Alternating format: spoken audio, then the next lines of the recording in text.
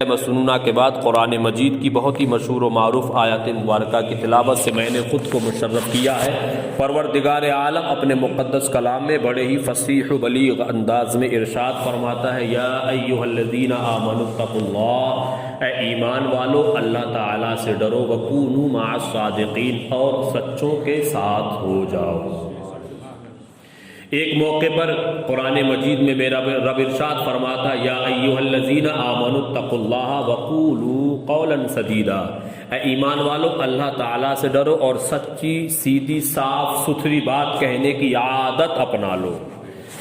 ایک موقع پر میرا رب اپنے بندوں کو مخاطب کر کے خطاب فرما رہا ہے، سچوں کی صحبت اختیار کر لو، اور ایک موقع پر میرا رب ارشاد فرماتا ہے، دامن صدق کو، سچائی کے دامن کو اپنے ہاتھوں میں مضبوطی کے ساتھ پکڑ لو۔ ادروائز کوئی بندہ کوششیں کرنے کے باوجود، جد و جہد کرنے کے باوجود، پریاس کرنے کے باوجود، ہمہ جہد ہمہ وقت کوشش کرنے کے باوجود اگر سچائی کی راہ پر گامزن نہ ہو سکے،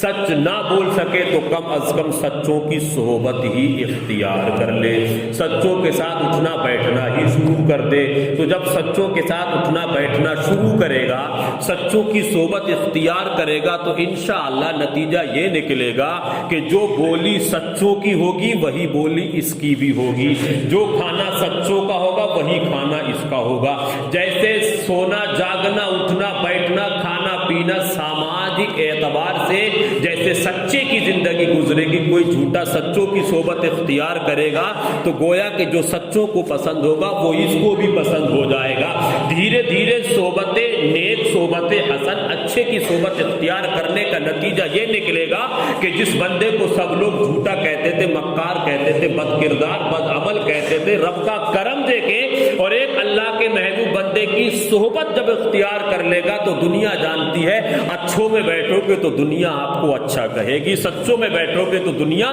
آپ کو سچا کہے گی۔ یعنی اگر کوشش کرو پھر بھی سچ نہ بول سکو تو کم از کم سچوں کی صحبت ہی اختیار کر لو، سچوں کے ساتھ اٹھنا بیٹھنا ہی شروع کر دو۔ تو سچوں کے ساتھ بیٹھو گے تو بھی دنیا میں بیڑا پار ہو جائے گا اور آخرت میں بھی بیڑا پار ہو جائے گا۔ اور جہاں میرے رب نے سچ بولنے کی تعلیم دی ہے، سچ بولنے کے لیے اپنے بندوں کو مخاطب کر کے فرما، مولا میرا رب ارشاد فرماتے سچی سیدھی بات کہنے کی عادت اپنا لو۔ ہم عرض کرتے مولا اگر ہم سچ بولیں گے، دامن صدق کو اپنے ہاتھوں میں مضبوطی کے ساتھ تھامے رہیں گے، ہمیں تیری بارگاہ سے انعام کیا ملے گا، اکرام کیا ملے گا؟ تو میرا رب ارشاد فرماتا ہے، یصلح لکم اعمالکم، تمہارے اعمال سوار دیے جائیں گے، ویغفر لکم ذنوبکم، تمہارے گناہوں کو بخش دیا جائے گا۔ کیا مطلب؟ سچ بولیں گے تب بھی بیڑا پار، اور کسی سچے کی صحبت اختیار کر لیں گے تو انشاءاللہ تب بھی بیڑا پار ہے۔ کوشش کریں کہ سچ بھی بولیں اور اس کے ساتھ ساتھ کسی سچے کی صحبت اختیار کر لیں، انشاءاللہ دنیا بھی بہتر ہوگی اور آخرت بھی بہتر ہوگی۔ انہی سچوں میں ایک سچے کو پوری دنیا محبوب سبحانی، قطب ربانی، شہباز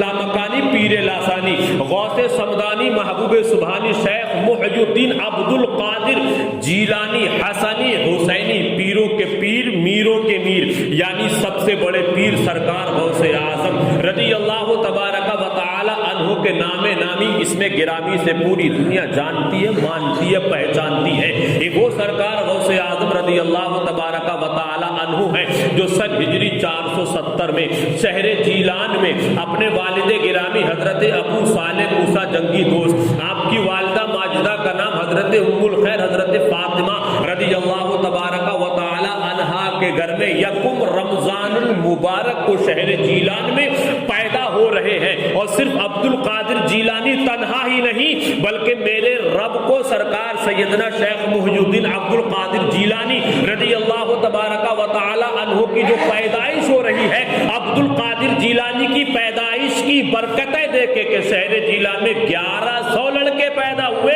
اور سارے کے سارے اپنے وقت کے ولی کامل بھی بنے۔ وہ شان ہے سرکار غوث اعظم کی، ارشاد گرامی ہے، آقا عبد القادر جیلانی فرماتے قدمی حاضی علی رقبتی کل ولی اللہ، میرا یہ قدم تمام اولیاء کاملین کی گردنوں پر ہے۔ ابھی سرکار غوث اعظم منصع شہود پر جلوہ گر نہیں ہوئے ہیں، ابھی سرکار عبد القادر جیلانی خاکدان گیتی پر تشریف نہیں لائے ہیں۔ آپ کی پیدائش سے تقریباً 150 یا 250 سال پہلے سرکار سیدنا سید الطائفہ حضرت جنید بغدادی رضی اللہ تبارک و تعالی عنہ اپنی خانقاہ میں ہے، اپنی خانقاہ میں تشریف فرما ہے، مریدین کا مجمع لگا ہوا ہے، اور مراقبے کے عالم میں شیخ عبد القادر جیلانی رضی اللہ تبارک و تعالی عنہ کے اس روحانی ارشاد گرامی کو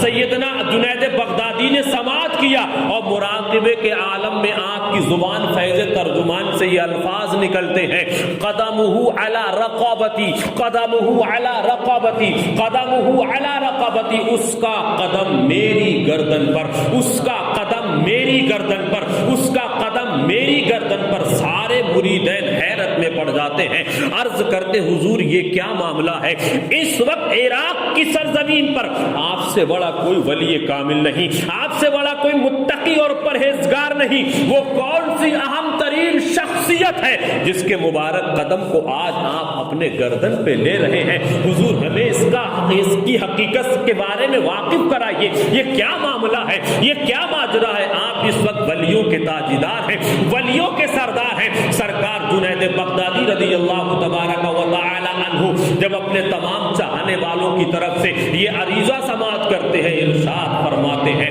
5ویں صدی کے آخری حصے میں شہر جیلان میں ایک لڑکا پیدا ہوگا جس کا نام عبد القادر ہوگا، اور وہ بغداد کی جامع مسجد کے منبر پر برسر اعلان بے اذن پروردگار فرمائے گا قدمی ہذہ علی رقبت کل ولی اللہ۔ اے میرے چاہنے والوں، مجھے اس لڑکے کا زمانہ نہیں ملے گا، اس لیے میں اس کے قدم کو آج ہی اپنے گردن پر لیے لیتا ہوں۔ اسی لیے بریلی کی ٹوٹی ہوئی چٹائی پہ بیٹھ کر اسلامیہ نے ہند کے دلوں میں عشق مصطفی کا چراغ روشن فرمانے کے بعد میرا تمہارا پوری دنیا سنیت کا امام پکارتا ہے، واہ کیا مرتبہ اے غوث ہے بالا تیرا، اونچے اونچوں کے سروں سے ہے قدم اعلیٰ تیرا، سر بھلا کیا کوئی جانے کے ہے کیسا تیرا، اولیاء ملتے ہیں آنکھیں وہ ہے تلوا تیرا، جو ولی قبل تھے یا بعد ہوئے یا ہوں گے سب ادب رکھتے ہیں دل میں میرے آقا تیرا،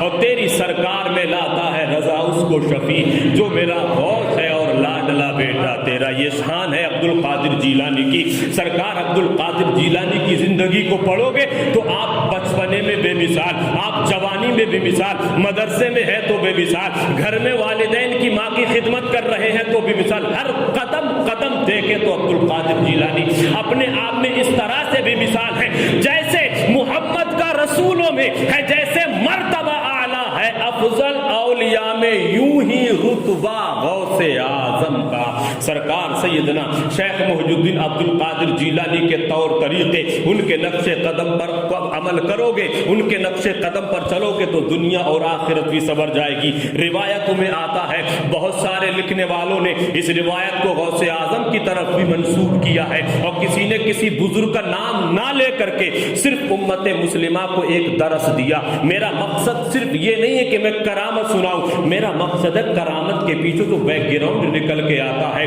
جو نتیجہ نکل کے آتا ہے، جو حکایت نکل کے آتی ہے، جو سبق نکل کے آتا ہے، وہ قوم کو اس سبق کو پڑھنا، اس پر عمل کرنا بہت زیادہ ضروری ہے۔ سرکار غوث اعظم کی طرف منسوب کیا گیا ہو یا کسی بزرگان دین کی طرف منسوب کیا گیا ہو، لیکن یہ واقعہ واقعے میں دل کو ہلا کر کے رکھ دیتا ہے۔ ایک اللہ کا نیک بندہ ہے، اپنی بیوی کے ساتھ ماشاء اللہ 5 وقت کی نمازیں ادا کر رہا ہے، اس کی بیوی بھی قرآن پڑھ رہی ہے، اس کا شوہر بھی نماز پڑھ رہا ہے، میاں بیوی کی ایک وقت کی نماز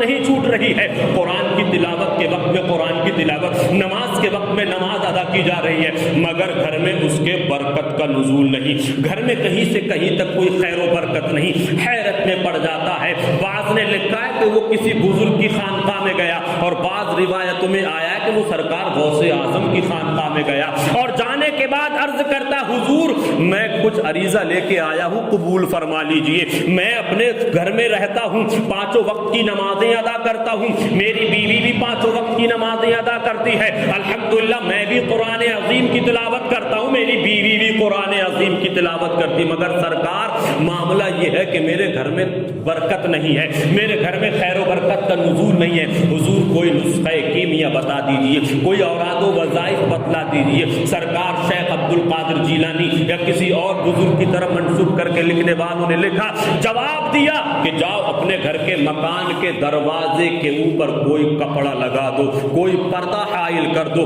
کسی چیز کو معلق کر دو۔ وہ بندہ گیا، اپنی بیگم سے کہا ایسی ایسی بات ہے، کپڑے کا انتظام کیا گیا، پردے کا معقول انتظام کیا گیا، اور دروازے پر چوکھٹ پر انہوں نے جب پردہ حائل کیا، یعنی اندر سے نہ باہر کا دکھ رہا ہے اور باہر کا نہ اندر کی طرف دکھ رہا ہے۔ اب الحمدللہ میاں بیوی نماز پڑھ رہے ہیں تو نمازوں میں لذت آ رہی ہے، قرآن عظیم پڑھ رہے ہیں تو قرآن عظیم کی لذت محسوس ہو رہی ہے، اور صرف عبادت اور تلاوت ہی میں نہیں بلکہ دونوں میاں بیوی عرض کرتے اب تو خیر و برکت ہمیں دکھتی ہے، مولا یہ خیر و برکت کہاں سے آ رہی ہے، برکتوں کا نزول کہاں سے ہو رہا ہے۔ کافی وقت گزر گیا، ایک مرتبہ پھر وہ اسی خانقاہ کی طرف پہنچے تو سرکار شیخ عبد القادر جیلانی یا کسی بزرگ نے پوچھا کہ معاملہ کیا ہے؟ اس نے کہا حضور جب سے آپ نے پردے کا حکم فرمایا، جب سے میں نے اپنے دروازے پر کپڑے کو حائل کیا ہے، تب سے الحمدللہ نمازوں میں دلچسپی بڑھ گئی ہے، قرآن کی تلاوتوں میں لذت پیدا ہو رہی ہے۔ سرکار عالی سن لیجئے، میں یہ پوچھنا چاہتا ہوں، آپ نے مجھے کوئی ورد وظیفہ نہ بتلایا، لیکن ایسا کیا معاملہ ہوا کہ نمازوں میں بھی لذت، قرآن کی تلاوتوں میں بھی لذت، خیر و برکت کا نزول پہ نزول ہوتا جا رہا ہے؟ آخر اس کی وجہ کیا ہے؟ پردہ لگانے میں حکمت کیا ہے؟ سرکار ارشاد فرماتے ہیں حکمت یہ ہے کہ جب تیرے مکان کے دروازے پر کوئی پردہ کوئی چیز حائل نہ تھی، تیرے مکان کے دروازے کے سامنے سے بے نمازی بھی گزرا کرتے تھے، چور بھی گزرا کرتے تھے، ڈکیت بھی گزرا کرتے تھے، بدکار بھی گزرا کرتے تھے، بدعمال بھی گزرا کرتے تھے، زانی بھی گزرا کرتے تھے،